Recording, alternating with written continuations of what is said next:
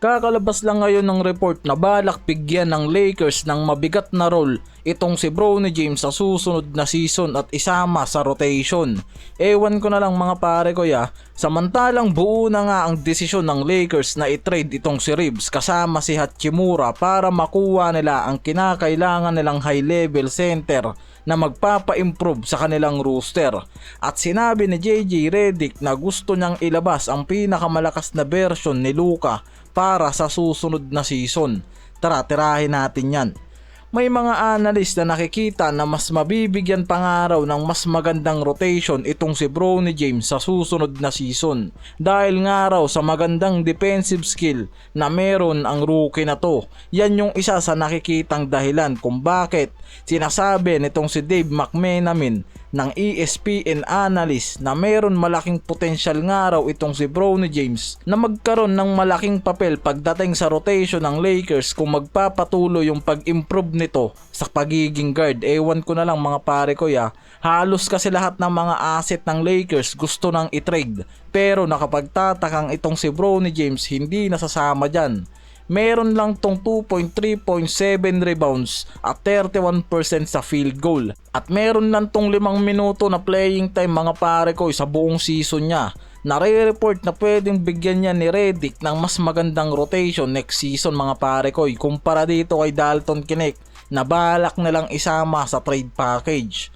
Sa kabilang dulo, wala talagang kawala sa trade itong si Austin Reeves sa Hachimura mga pare ko dahil bumagsak na sa 5.7 million taxpayer mid-level exception ang Lakers sa pagpasok ng off-season na to. Kaya nakikita na mapipilitan na talaga yung Lakers na magbitaw ng mga asset player nila para lang makakuha ng isang high-level center na magpapa-improve sa kanilang roster kasama ni LBJ at Luka. At yan mismo mga pare ko yung gagawing hakbang nitong si Rob Pelinka. Isama na sa trade package itong si Austin Reeves at Hachimura.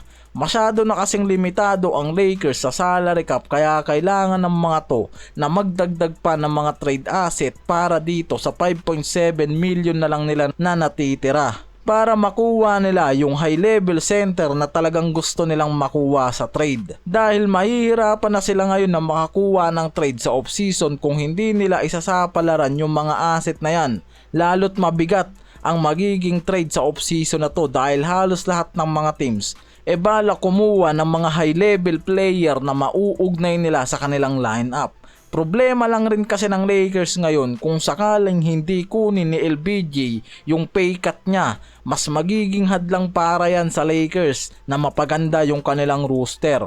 Kung hindi kasi nila isasama sa trade package itong si Reeves at Hachimura, power forward lang yung mga possible na makuha nila dyan mula dito kay Daniel Gafford o Robert Williams lang mga pare koy. Pero okay din naman yung mga yan. Ang problema ay hindi nila makukuha yung high level center talaga na tinatarget nila. Yan yung magiging catch para sa Lakers. At sinasabi naman ni JJ Redick na gusto niyang ilabas yung pinakamalakas na version nitong si Luka at paghandaan ang susunod na season. At nakikita na isa yan sa dahilan kung bakit nag-request itong si JJ Redick para sa new conditioning coach para nga mas palakasin pa o pagandahin yung kondisyon ng mga key players niya, especially nga dito kay Luka. Yan kasi yung pinaka major plan na itong Lakers ngayon kung paano i-improve ang kanilang roster sa kamay nitong si Luka at LBJ. At kailangan nga nitong si JJ Redick na paghandaan ang susunod na season at siguraduhin na nasa healthy and full condition na yung mga main core na to, at yan yung balak at planong gawin nitong si Redick mga pare koy.